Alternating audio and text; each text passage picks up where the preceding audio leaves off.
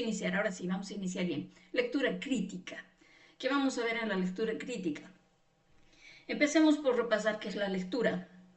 Un proceso cognitivo. Cuando nos dicen cognitivo, del conocer, del pensar, del cerebro, y además dicen que es activo y complejo.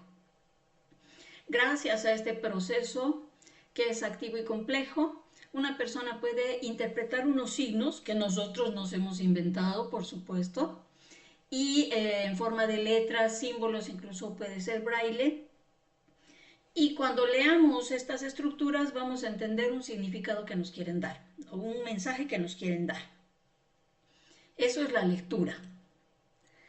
Pero si hablamos de la lectura crítica, no solamente, como mi colega que me antecedió ha indicado, no solamente es leer, ¿no? Aparte de leer, nosotros tenemos que preguntarnos si estamos comprendiendo lo que leemos. Pero también nos tenemos que preguntar, aparte de comprender lo que se lee, si también estamos infiriendo lo que nos quieren decir. ¿Es posible que nos quieran engañar? ¿Es posible que nos quieran seducir con una idea? ¿Es posible que nos quieran convencer? Capaz que sí. ¿De qué nos quieren convencer? ¿Con qué nos quieren seducir? ¿Qué ideas nos quieren entregar para decirnos que son verdaderas?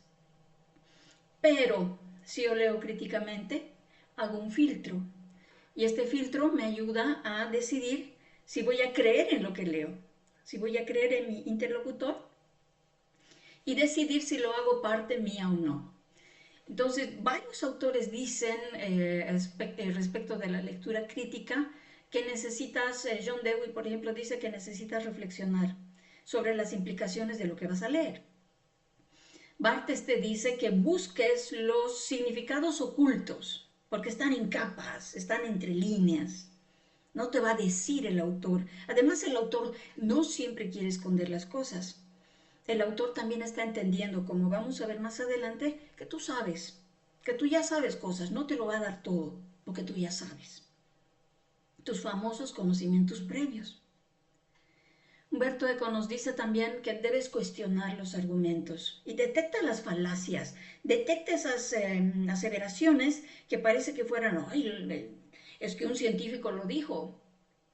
No, es que lo que Humberto Eco dice han dicho 4 personas más, así que debe ser verdad. Ese tipo de falacias que tal vez siguen siendo mentiras. Paulo Freire nos dice, ok, vas a leer, pero toma lo que vas a leer y tienes que transformarlo, tiene que servir para tu contexto y tu realidad. Por eso sería interesante que leamos cosas que nos van a enriquecer contextualmente, geográficamente, con base en nuestros problemas, etc. Daniel Casani, que tiene muchas estrategias para la comprensión lectora, dice que no te fíes de lo que leas, detecta las manipulaciones que el texto te podría estar dando. Y finalmente Pierre Bourdieu, que también hay muchos otros que opinan, pero yo he tomado estos, dice que el que comunica por escrito ya tiene un poder, ya sabe escribir, ya sabe producir textos, ya sabe organizar sus ideas. Entonces tiene un poder, ya tiene un superpoder, comunicar lo que él quiere, comunicar su verdad, comunicar su narrativa. Entonces, tal vez yo no creía, por ejemplo, en la, no sé, cualquier cosa social, no nos vamos a complicar con las cosas, pero ya hay una estructura de poder que me quiere convencer mediante un texto escrito de que cierta narrativa o de lo que un experto dice es verdad. Y si yo le creo, ya se vuelve mi verdad. Ya no digo, Pierre Bourdieu dice que escribir contiene una estructura de poder y dominación. Si yo lo creo, ya no digo Pierre Bourdieu lo dice, yo digo, no, es que, ¿cómo me dices, compañero? El que escribe tiene poder. Ya no lo dudo, lo he vuelto parte mía, porque lo he creído y lo he internalizado. Entonces, la lectura crítica parte de ahí, pero he estado pensando cómo quiero entregar este conocimiento y digo, vamos a ir para atrás, vamos a ir para atrás. ¿Y cómo es eso de ir para atrás? Si la lectura crítica es esa capacidad de analizar, cuestionar y evaluar este texto que nos den identificando los argumentos, evidencias, esos sesgos, esas falacias intencionales para que nos muestran una postura y que quieren que nosotros creemos nuestra propia postura. En la escuela hay mucho trabajo antes de llegar a la lectura crítica. Hay mucho trabajo. ¿Para qué tenemos que hacer este trabajo? Para que cuando usted mire este tipo de propagandas o cualquier tipo de texto, diga, la artritis que se cura en 3 días. ¿Qué dicen ustedes? ¿Qué saben de la enfermedad? Conocimientos previos. ¿Será que la artrosis y la artritis es una enfermedad que se cura en 3 días? Vamos viendo qué más dice la propaganda. Que es 100% natural, ok, interesante, creo que la quiero. Oh, científicamente comprobada, claro que sí, tiene un check. O sea que tiene que ser verdad, quiero. Resultados garantizados. Funciona desde la primera dosis, por favor, mándenme 3 paquetes. Si además está recomendado por especialistas. Sin embargo, mis conocimientos previos me dirán, a ver, la artritis no se cura. Por lo menos hasta ahora. La artrosis tampoco. Si está recomendado por especialistas, déjenme preguntarle qué especialistas. Personas mayores saltando de felicidad en el, sí, yo puedo ser feliz o no. ¿Desaparece la artritis tomando el producto? No lo creo. Pero hay gente que sí lo va a creer, porque no tiene comprensión crítica de la lectura. Porque el argumento va a ser, ahí dice que está recomendado por especialistas. Si yo soy maestra de inicial, si soy maestro de primero primaria, digo, ¿qué hago entonces para que haya un buen seguimiento hasta secundaria? Y que nos digan los del SFEM, así comprenden lo que leen y enseñan a sus estudiantes a comprender, porque saben cómo enseñar desde el principio. ¿Y cuál es el principio de la lectura crítica? De tomar decisiones informadas, tener este pensamiento autónomo. Primero vamos a adquirir la lectura. ¿Cómo vamos a adquirir la lectura? Vamos a ir rápidamente por este paso, porque luego vamos a entrar a los ejercicios de lo que es la lectura crítica. Y yo he reconocido 5 niveles para que por fin pueda leer críticamente. Tengo 5 años y lo primero que voy a hacer es aprender a leer y escribir. Voy a aprender a decodificar. Cuando me enseñan a decodificar, luego quiero que mi maestra me dé algunas técnicas para que yo lea velozmente, porque leo tan lento que todavía estoy decodificando que no entiendo lo que leo. Pero si empiezo a leer velozmente, podré comprender lo que leo, que es el cuarto nivel, la comprensión literal. Sí entiendo lo que leo, pero profesor, dame estrategias para que yo infiera, para que maneje mis conocimientos previos, que además cuando estén en secundaria son muchos porque mis docentes han insistido tanto en estos niveles, gracias al nivel 1, que es conocer toda la teoría, y en este caso un poco les quiero mostrar la base neurocientífica del proceso lector, pero gracias a estas 5 jerarquías que estoy, no tan arbitrariamente, pero las estoy organizando así, en facilito. Veamos la base científica. Pongamos atención en cómo decodifican nuestros niños, cómo leen y escriben, cómo ganan la fluidez lectora, cómo activan los conocimientos previos, cómo logran hacer inferencias para que lleguen a la lectura crítica. La neurociencia dice que cuando somos niños, antes de que aprendamos a leer y escribir, nosotros tenemos una parte en el cerebro, la región temporal lateral izquierda, que se especializa en reconocer formas, animales, personas, cosas, un lápiz, lo diferencia de una ventana, de un gato. Pero cuando entran a la escuela, el cerebro dice, bueno, yo no he nacido con esta habilidad de, ¿qué es esto? Y empieza a ver los signos y cosas y dicen, madre mía, ¿yo ahora qué hago con esto? Y el cerebro del niño es tan plástico que lo que hace es tomar estas partes que reconocen las formas, objetos, y dicen, yo voy a usar esa parte para empezar a reconocer estas letras, estas formas raras, y las voy a empezar a organizar. Y entonces empieza a mirar la forma de las letras, empieza a reconocer los sonidos. Si las junta en ciertas maneras, empieza a reconocer significados. Porque si junto la G, la A, la T y la O, tengo gato. ¿Qué sonidos necesito para gato? G, A, T, O. Ok, necesito 4, no 3. ¿Cuáles? G, A, T, O. Entonces puedo decir acto. No, porque ya no tiene ningún sentido. Entonces voy a controlar cómo se colocan las letras, cómo se colocan los sonidos, en qué serie y cómo se reconoce el sonido con su escritura.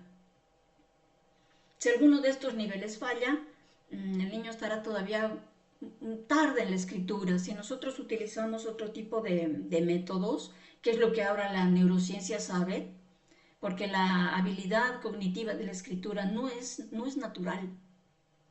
Se dice que es convencional. ¿Por qué es convencional?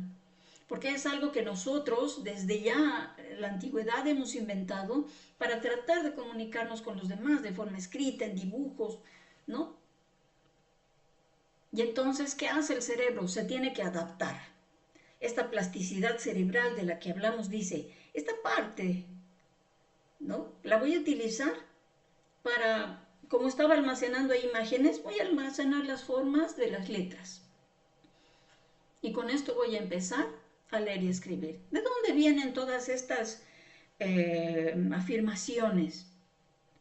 Ya desde mitades del siglo pasado, la neurociencia, gracias a que la informática ha adelantado mucho, ha podido construir muchos aparatos que pueden mirar el cerebro en tiempo real. Resonancias magnéticas, electronografía del cerebro, cefalografía monotónica. Y todas estas nos estaban mostrando qué pasaba con el cerebro en tiempo real. Cuando tú te enfrentas a una palabra nueva, cuando ves objetos. Y gracias a esto, ¿no? Se mapea un poco, sobre todo Stanislas Dehaene tiene unos libros muy completos de este mapeado, sobre todo de la lectura, escritura y matemáticas, que nos dice estas áreas que tú ves pintadas en naranja, verde, azul y sobre todo la roja, que es la que les digo, que le llaman la caja de palabras, la caja de letras, que ahí va a guardar todo lo nuevo, nos va a ayudar a reconocer la lectura y escritura. Así que tiene sentido cuando hablamos que decodificar, enseñar a leer y escribir, es relacionar los sonidos con las letras y luego automatizar este reconocimiento, ¿no? Entonces, cuando el estudiante logra hacerlo esto muy rápidamente y no dice, por ejemplo, ga, o, es, porque ya lo tiene internalizado, dice, el gato es, esa decodificación libera el cerebro de esas actividades de reconocimiento, de decodificación, y dice, ay, por Dios, ahora sí puedo entender lo que leo, porque no estoy ocupado decodificando, ¿no? Por eso la decodificación es tan importante, es la primera habilidad, y hay algo bastante interesante para la decodificación, que ya podemos mostrarlo de una manera mapeada, decir por qué es importante empezar por los sonidos de la lengua, que no se confunda con el método onomatopeico. la S como la serpiente, ¿no? Estamos refiriéndonos a que cada grafía tiene un sonido. Cada grafía tiene un sonido y tenemos que concordar esos dos en cada caso, la grafía y el sonido, para que estos sonidos se junten entre ellos, formen un significado en el cerebro y se vaya a la caja de las palabras, para que la siguiente vez que el estudiante vea nuevas palabras, ¿no? Fíjese cómo el cerebro era antes de la escuela. Aquí podía ver muchas imágenes, pero se reestructura con los sonidos y las grafías y ahora ve en la caja, ve palabras, ya no solamente ve imágenes. ¿Y qué tenemos que hacer para que esto pase? En la decodificación, por favor, trabaje mucho, ¿no? Para que estas dos áreas del cerebro se puedan juntar. La que habla, la que escribe, la que dice, esto quiero decir, y la que escucha, la que entiende, ¿no? Se puedan juntar para empezar a reconocer las grafías, para empezar a formar palabras, para escribir las palabras y cuando las vea, leerlas y otorgarles un significado.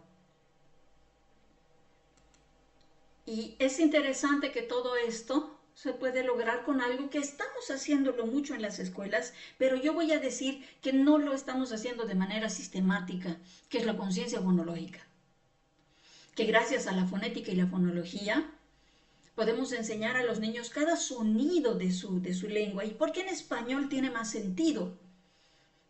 Cuando en Francia, en Estados Unidos, en Inglaterra, han empezado a pensar métodos de enseñanza de la lengua, de aprender a leer y escribir, ellos decían, es tan difícil pronunciar lo que leemos que nosotros necesitamos que los niños reconozcan la palabra completa. Y ahí entonces han empezado a mostrar las palabras completas para que los niños las reconozcan. Pero en español no pasa eso. Cuando decimos casa, se lee casa. Cuando decimos uno, se lee uno. U-n-o, k-a-s-a. Entonces la conciencia fonológica es fantástica para el español. Si nosotros lo hacemos de manera sistemática en primero primaria, en inicial, primero de primaria, y como ayuda hasta tercero de primaria, vamos a lograr que los estudiantes logren que su cabeza haga todo esto, que reconozca los sonidos, que sepa cada letra, que sepa que eso se junta por palabras, que las palabras tienen significados, que pueden significar varias cosas y que puede empezar a hablar con ellos y a escribir y sobre todo a leer. Ya que hemos logrado esta parte, ahora toca que los estudiantes automaticen esa parte. Cuando los niños empiezan a leer, sobre todo en segundo y en tercero de secundaria, de primaria, perdón, los maestros a veces están empecinados en decir comprensión lectora y entonces leen en voz alta. Un gato que y termina de leer. Y el maestro le dice, ¿qué comprendiste? Nada, estoy ocupado, por favor, profesora, mi cerebro está ocupado decodificando, ni siquiera sé lo que he dicho. Entonces nos dicen, ¿por qué no mejoras la fluidez de tu estudiante? Agarra el mismo texto, toma el mismo texto toda la semana. Y además textos que les gusten. Y hazle practicar, hasta que lo automatice, no lo memorice, lo automatice.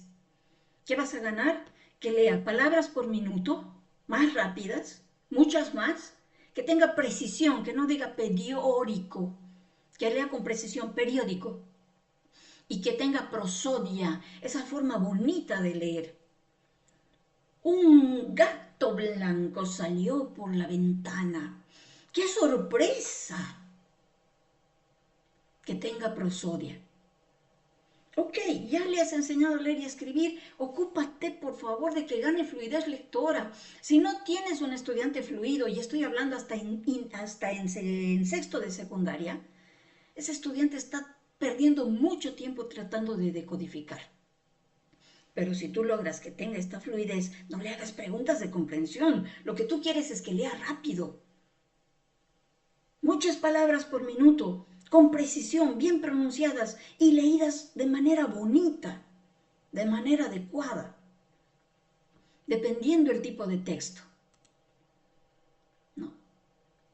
Gracias a eso vas a lograr la lectura automática, y va a poder leer palabras largas y difíciles como transporte, archienemigo, porque le estás dando, gracias a la práctica y exposición de muchos textos, cortos y largos con el transcurrir del tiempo, él va a automatizar la lectura. ¿Y qué vas a lograr? Que tenga fluidez lectora, esa velocidad, y que pueda leer muchos textos más. Como ya sabe leer muchos textos más, ¿qué quieres hacer ahora? Ahora sí trabajemos la comprensión. Por favor, estudiante, no me digas. Ya sabes leer rápido y fluido. Sí, señora. ¿Ok? ¿Qué comprendió usted? ¿Qué comprendiste? Y solo por repaso necesitas que comprenda el nivel literal. Si no comprende el nivel literal, si lee con desgano, no le importa, no le toma mucha atención, y el nivel literal dice que el jarabe se tiene que tomar 3 veces al día, solo una cucharilla por vez, y como a él no le interesa, y además de la cucharilla hay un vasito junto con el jarabe, él llena el vasito totalmente y se lo toma, y está mareado el resto del día.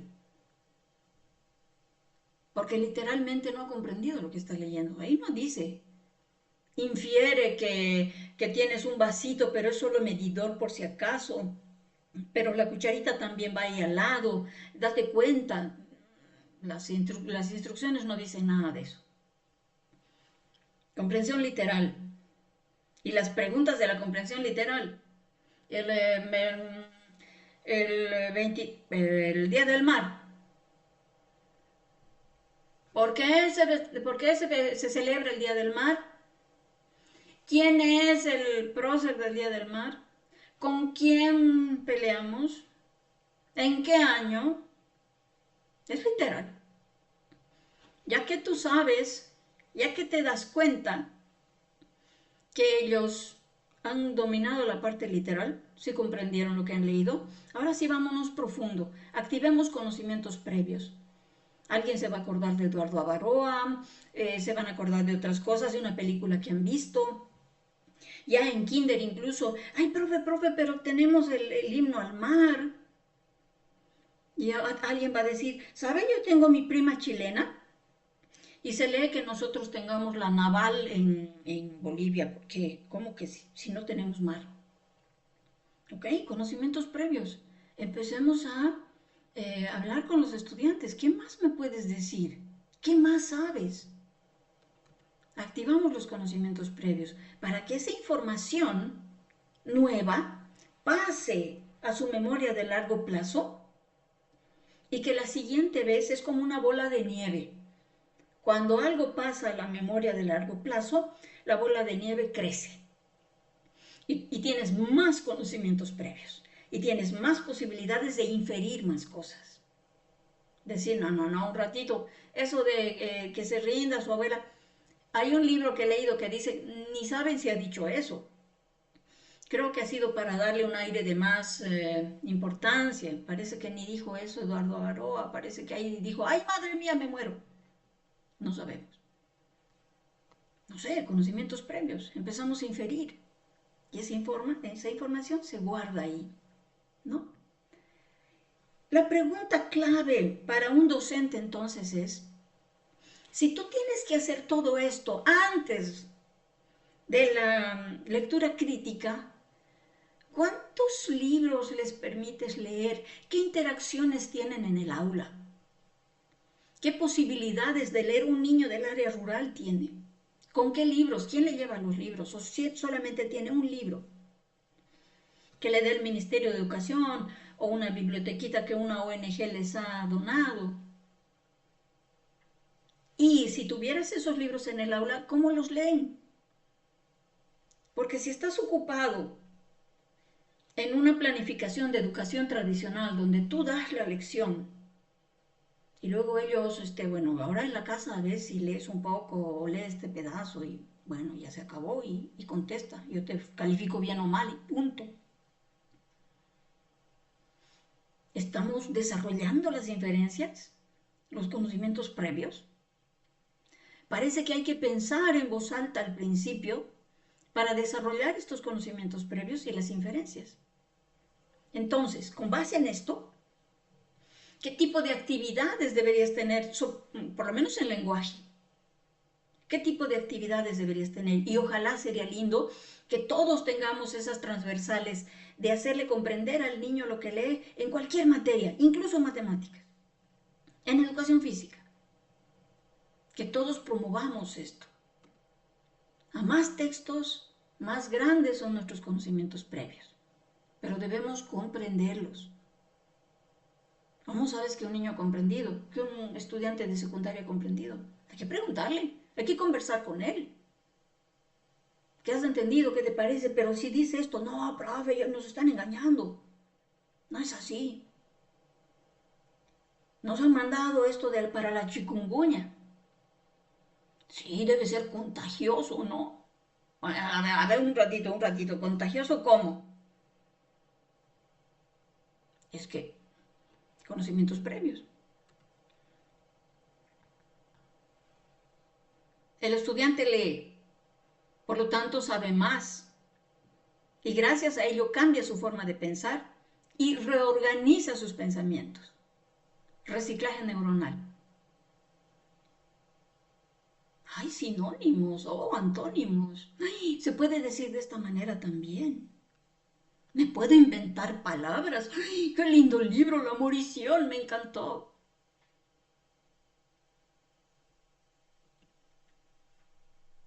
Es importante entonces la activación de los conocimientos previos antes de la lectura, durante la lectura, para que ellos puedan empezar a inferir. Inferir.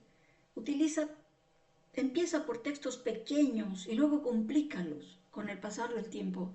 Complicarlos no quiere decir ahora lean un libro de 70 páginas, no. Pueden ser 2 páginas en secundaria, pero con un nivel de complejidad tan profundo que esas 2 páginas los tienen locos.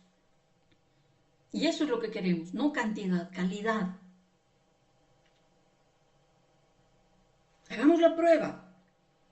¿Por qué es importante el tema de los conocimientos previos? Porque los autores van a ahorrar también espacio al escribir, porque suponen que tú sabes cosas. Ana derramó el café y Marcelo saltó de su asiento. Marcelo se la pasó buscando un trapo. Piensen, ¿por qué es esto? ¿Qué información no nos está dando el autor? Pero podemos inferir. ¿Qué tiene que ver con derramar el café y el otro buscando un trapo? No entiendo. Claro, hay una causa y efecto. Si se echa el café es líquido. Además tiene un color. Ensucia mi ropa. Eso sería lo de menos. Está caliente. Eso ha omitido el autor porque piensa que tú sabes.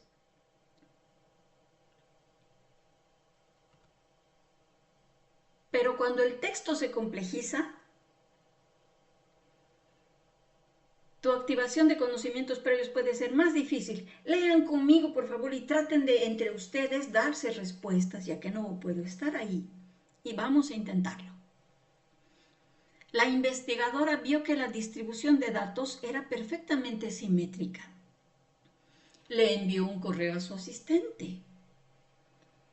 Fíjense ustedes, la investigadora está un poco, ¿aquí qué pasó?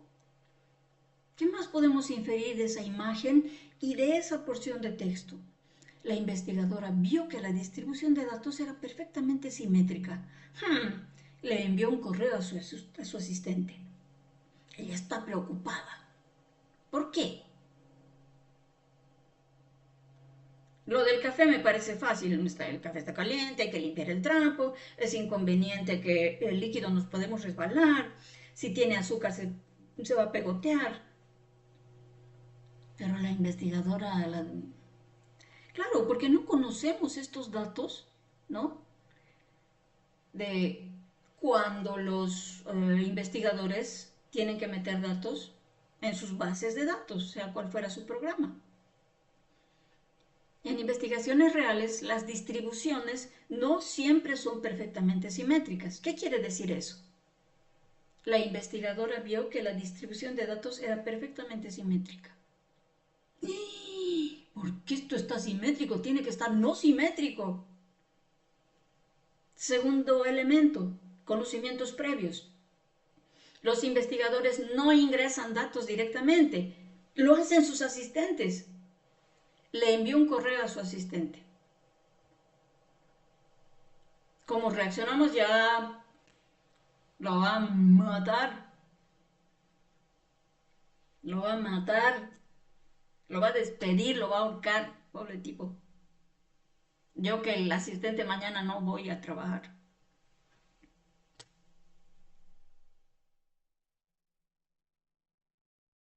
¿Se dan cuenta?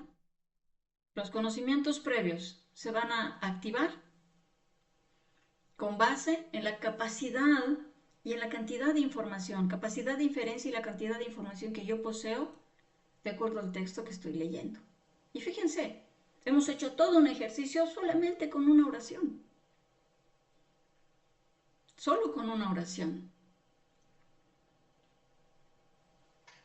Tienes que inferir, por lo tanto, por eso es importante inferir. ¿Qué está omitiendo el autor? Y si eso que está omitiendo no lo sé, quiere decir que no sé tanto del tema. Entonces tengo que investigar otros autores, otros libros. Tengo que preguntar en el diccionario. ¿Qué quiere decir inherentemente? Quiere decir la yuxtaposición de las culturas. Ya me mataron. ¿Qué es yuxtaposición? Ni siquiera puedo pronunciar. Es omisión deliberada de información. Tenemos que aprender a encontrarla. Y ese ejercicio nos va a permitir comprender entre líneas a profundidad lo que el autor nos quiere decir. El estudiante va a inferir los datos faltantes y gracias a esto va a comprender. Ah, ya sé por qué Marcelo saltó. Claro, se iba a quemar. Y podemos hacer esto porque los diferentes tipos de textos tienen su propia tipología textual, tienen su propia organización interna. Las novelas son distintas, entonces las inferencias van a estar de otras maneras. Si, por ejemplo, leemos algo que dice, tomó su sable, montó su caballo y fue a buscar al traidor. ¿Qué tipo de texto literario será? Podemos hacer lo mismo con ciencia, con noticias, poemas, teatro, cuentos, para que ellos empiecen a inferir, que es la parte más importante del proceso de la comprensión lectora. Si no sé inferir, quedemos aquí porque no vamos a hablar de la lectura crítica. No lo podemos hacer. Esas inferencias son importantes. Leer lo que no está dicho implícitamente. Conectar las pistas del texto con mis conocimientos previos. Así puedo detectar si el autor está siendo irónico, si está suponiendo cosas, si tiene cierta intención para conmigo, si está usando falacias, mentiras que parecen verdades. Gracias a esto, vamos a llegar a la lectura crítica, por fin.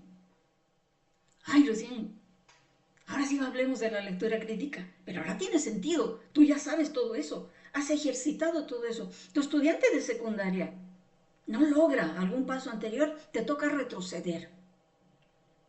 Y te toca jugar a las inferencias, te toca hacer fluido, hacer fluidez lectora con tus estudiantes. No les preguntes todavía qué están pensando. Logra las anteriores microhabilidades de la lectura y por fin puedes leer críticamente.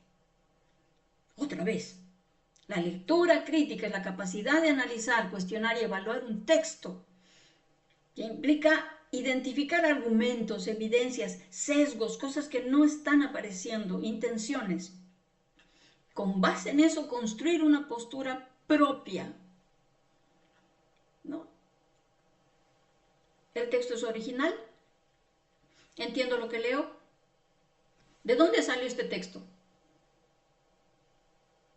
Es muy diferente. Un texto, por ejemplo, si hablamos de religión, ustedes lean las diferentes, bueno, no sé cómo se llaman todos los libros, el Corán, la Biblia, etcétera, pero el contexto va a decir diferentes cosas de si hay cielo, si hay infierno, cómo se concibe el pecado, cuál es el rol de la mujer, del hombre. Si contextualizamos el texto, sabremos eso. Verifica las fuentes consultadas, no va a ser que te estén mintiendo. Analiza los argumentos expuestos por el autor. Conecta las ideas, causas y efecto. Usa siempre tus conocimientos previos. Si logramos eso, podemos, en literatura, por ejemplo, algo que me gusta mucho, es que nos permite crear principios y valores y ponernos en el lugar del otro. Hay un autor que se llama Alberto Manguel y dice, yo leí Los Miserables. Permítame, está más adelante. Bueno, dice, yo leí Los Miserables y me gustó, dice que Jean Valjean, la persona que sale de prisión y trata de reconstruir sus principios y valores, vive muchas vicisitudes. Y Alberto Manguel dice, yo me puse en el lugar de él y me hizo pensar en todas las injusticias, incluso él pareciendo el villano. Y me puse a reflexionar sobre lo que es la justicia y la compasión. La literatura logra eso. No sé por qué se está abandonando la literatura, porque la literatura yo diría que es el máximo exponente para desarrollar la lectura crítica. Porque hay muchas formas de expresarse, de valorar las situaciones, de hacer ficción. Y gracias a esto nosotros podemos inferir y empezar a criticar, empezar a tomar una postura de todo lo que estamos leyendo, tener un pensamiento analítico. Y eso nos permite desarrollar algo que se está perdiendo ahora entre los estudiantes y entre la sociedad misma. El desarrollo de las neuronas espejo, que nos permite pensar en los principios y valores de la humanidad y te permite luego decir, ¿qué te pasa? ¿Por qué estás llorando? Te veo triste. Con las redes sociales no nos vemos y esas neuronas espejo solamente ni siquiera funcionan. Ay, por favor, ayúdenme, dice en Facebook, mi perro se ha perdido. Y los comentarios son, esta gente que los deja fuera a sus perros, no les importa, no deben tener animales. Pero si esa persona está frente a ti, o esta literatura te explica el sentimiento del que ha perdido el animal, te conmueve y te genera ese desarrollo de la neurona espejo. Ríes con quien ríe, sufres con quien sufre. La literatura te da esa capacidad. Y debería ser importante recuperar la literatura, que es parte de ser crítico de lo que lees, sobre todo en redes sociales. Te logra la empatía con los personajes. Y eso es lo que tenemos que lograr. Sería muy interesante y les invito mucho a recuperar la literatura. Y cuando digo literatura no estoy hablando de los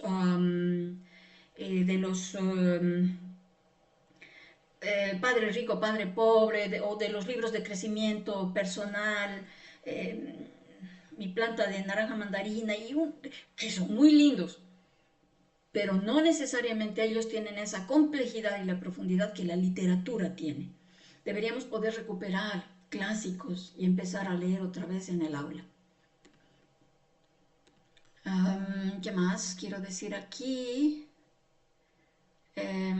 Eso, el desarrollo de habilidades socioemocionales.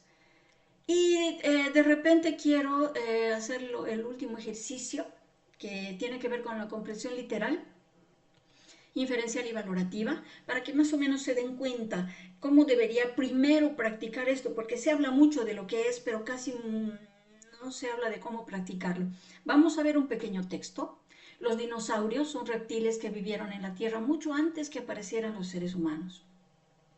Estos animales dominaron a las demás especies durante 150 millones de años y se extinguieron hace 65 millones de años. Se sabe que hubo alrededor de 300 tipos distintos de dinosaurios. Existieron en periodos diferentes y habitaron en todos los continentes del planeta. Eran reptiles de todas formas y tamaños y como casi todos ellos los dinosaurios eran terrestres y ponían huevos. Pregunto, ¿dónde vivieron los dinosaurios? Traten de responder rápido con su compañero que está al lado. Con su compañera que está al lado. ¿Dónde vivieron los dinosaurios?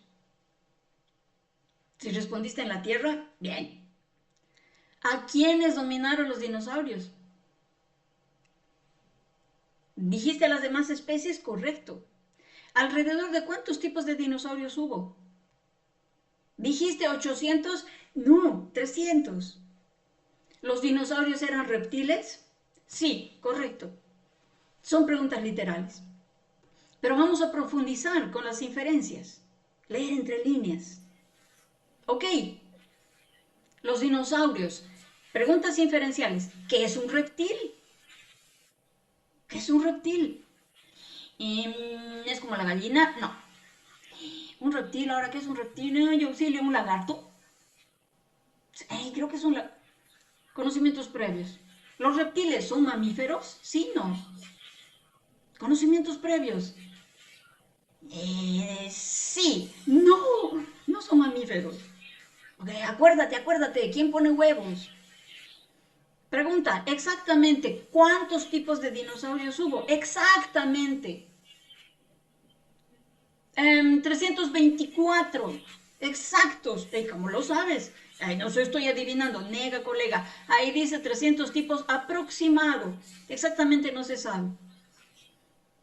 Otra. ¿Qué implica que los dinosaurios hayan sido terrestres? Si eran terrestres, ¿qué comían? ¿Cómo vivían? ¿Dónde iban?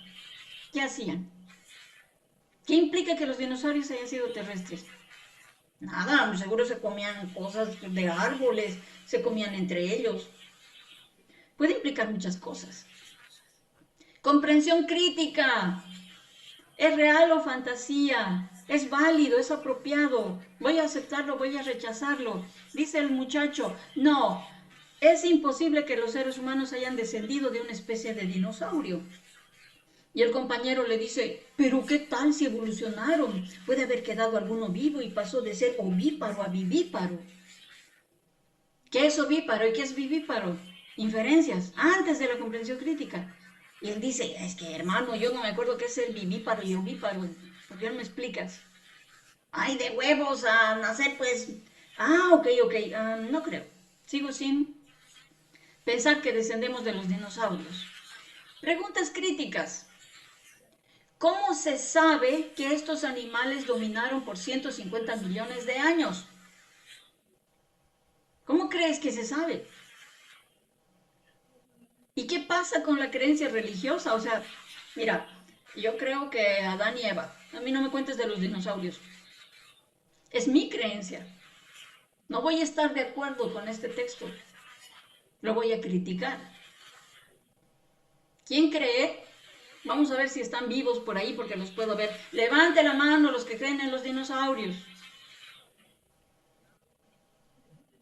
Ya, ok, ya Darwin está contento. Ahora levanten la mano los que creen en la teoría creacionista. No habían dinosaurios, Adán y Eva, señores. Ok, sí, tenemos algunos, muy bien. Es su opinión personal. Ya están siendo críticos. Esto está bonito para ciencias, pero sabes, yo no creo en esto. Otra pregunta. ¿Acaso no habían dinosaurios mamíferos? ¿Qué opinan ustedes? ¿Habrían dinosaurios mamíferos o no? Dice que todos eran ovíparos y reptiles. Puedo preguntar de otra manera. ¿Es que los peces que ponen huevos, acaso hay algún pez mamífero?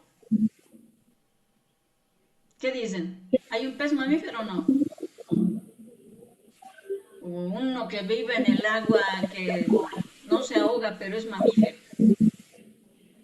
como una ballena. La pregunta es entonces, ¿qué pasa con el Orreterium sen, o bestia de 5 dientes?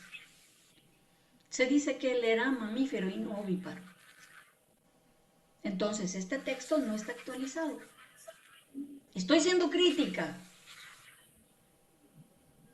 Ustedes tienen que trabajar de esta manera con sus estudiantes. Ya luego me cuentan. Permítame, seguramente les van a pasar esta diapositiva, por eso es que a mí me gusta dejar luego muchos ejercicios para que los vean por su cuenta. Jugar con reconocimiento de párrafos, cambiar párrafos. Aquí tienen un montón de ideas, ¿no? Preguntas de alto nivel, ¿qué pretende el autor? ¿Qué evidencias usa? Busquen si hay falacias, comparen textos, lectura lateral, otras fuentes, otros autores. Y aquí hay un ejercicio que ustedes pueden utilizar. Ustedes pueden enumerar los párrafos y hacer una pregunta por cada párrafo. Pueden ser literales, inferenciales, valorativas. Y hay muchos ejercicios más, como por ejemplo este. Hagan que ellos acorten un texto. Dice, ahí va mi hermosa hija de más o menos 15 años de edad, con la piel color de canela y hermosa cabellera que le llega a la cintura de color de las noches más oscuras de mi tierra. Lo vuelvo más pequeñito. Ahí va mi hija adolescente morena de pelo negro largo. Más pequeñito. Ahí va mi hija morena. Ese es un ejercicio muy interesante. Pequeño, corto, pero potente. No estoy hablando de un libro entero. Preguntas de ingenio. Hagan muchas preguntas de ingenio. Esto desarrolla mucho la inferencia. ¿Qué puedes sostener en tu mano derecha pero nunca en tu mano izquierda? Respuesta: tu mano izquierda. ¿Cuál de las dos expresiones es correcta? ¿Los pingüinos vuelan o un pingüino vuela? Ninguna, los pingüinos no vuelan. Y tienes aquí esta, juguemos. Bueno, este ejercicio era bien interesante porque el gallo aparecía al final. Pero esto es tan potente. Las que están en rojo son literales, las verdes inferenciales, las negras son valorativas. ¿Quién cantó por la mañana? Porque el texto es, Felipe cantó por la mañana, pero su canto no le gustó, así de cortito, esto es para secundaria. ¿Quién cantó por la mañana? Felipe. ¿Qué no le gustó a Felipe? Su canto. ¿Cuándo cantó Felipe? Por la mañana. Literal. Vamos a las inferenciales. Canta como crees que habrá cantado Felipe. Cuando no les muestro el gallo, la gente empieza a... Creo que así ha cantado, por eso no le gustaba. ¿Por qué crees que no le gustó su canto? Dicen, seguro estaba ronco, porque piensan que es una persona. ¿Le habrá pasado algo? Sí, está resfriado. Preguntas críticas. ¿Canta como crees que canta Felipe? ¿Cómo pudieron saber que su canto no le gustó? ¿Crees que los animales tienen gustos? Y luego cuando mostramos la imagen dicen, este solo ejercicio es un ejercicio completo para criticar un texto. Y es una sola oración otra vez. Aquí les dejo más ejercicios. Estrategias. Las técnicas de estudio, está por demás decir, eso no les voy a enseñar porque igual ustedes deben tener toda una materia para esto. Elementos de análisis, vuelvan al esquema de análisis literario, por favor, pero con sentido, para que ellos hablen, discutan, no para que, como decía el colega, metan a la IA y le presenten en 5 minutos, que sea en el aula, en grupos, ¿no? Falacias, trabajen, aquí les estoy dejando un montón, todas las falacias para que ustedes puedan buscar en el internet, porque aquí están los QRs de donde pueden tener 2 videos lindos de qué son las falacias y cómo trabajar, porque eso les va a dar mucho poder. Un texto te convence, ¿qué argumentos tiene para convencerte? ¿Le vas a creer al texto? Porque el día que le creas al texto ya no se vuelve un texto interno ni un autor, sino se vuelve tu creencia. Y eso es bien importante. Así que si un autor te engaña, tienes que saber que tus creencias van a ser faltas de criterio técnico, falta de argumento, de causa y efecto. Y tu hipótesis, por lo tanto, va a ser inválida, va a ser débil. Así que fíjense todo lo que hay que trabajar para llegar a la comprensión lectora. Pero lo que quiero que quede es, no se compliquen la vida, se trabaja con cosas pequeñas, con cosas potentes, y poco a poquito, y recuperan los libros de literatura. Muy bien, creo que no sé si me pasé de tiempo, me emociono y me paso y no me importa, pero espero que les haya gustado todo lo que les he querido transmitir y que les sea de utilidad. Muchas gracias. Hola, hola. Fuerte, fuerte, fuerte. Fuertes los aplausos. Si me pudieran subir un poquito el retorno, por favor. Hola, hola. Hola, hola. ¿Me ayudan a subir un poquito el retorno, por favor? ¿Se escucha? No, dice. Muy bien. Nuevamente le damos un aplauso fuerte a la licenciada que acaba de compartirnos esta ponencia tan bonita, tan práctica. Licenciada Rosena Patricia Rodríguez Quiñones, desde Santa Cruz, desde el convenio Andrés Bello. Muy bien, ya cerrando, llegando al epílogo de nuestro evento, el evento académico de aniversario. Como siguiente numeral tenemos participación de nuestro director general de la institución. Tenemos cierre del evento y entrega de certificados a cargo de Magíster Edwin Luin Mamani Quispe, a quien damos la bienvenida con un fuerte aplauso, por favor.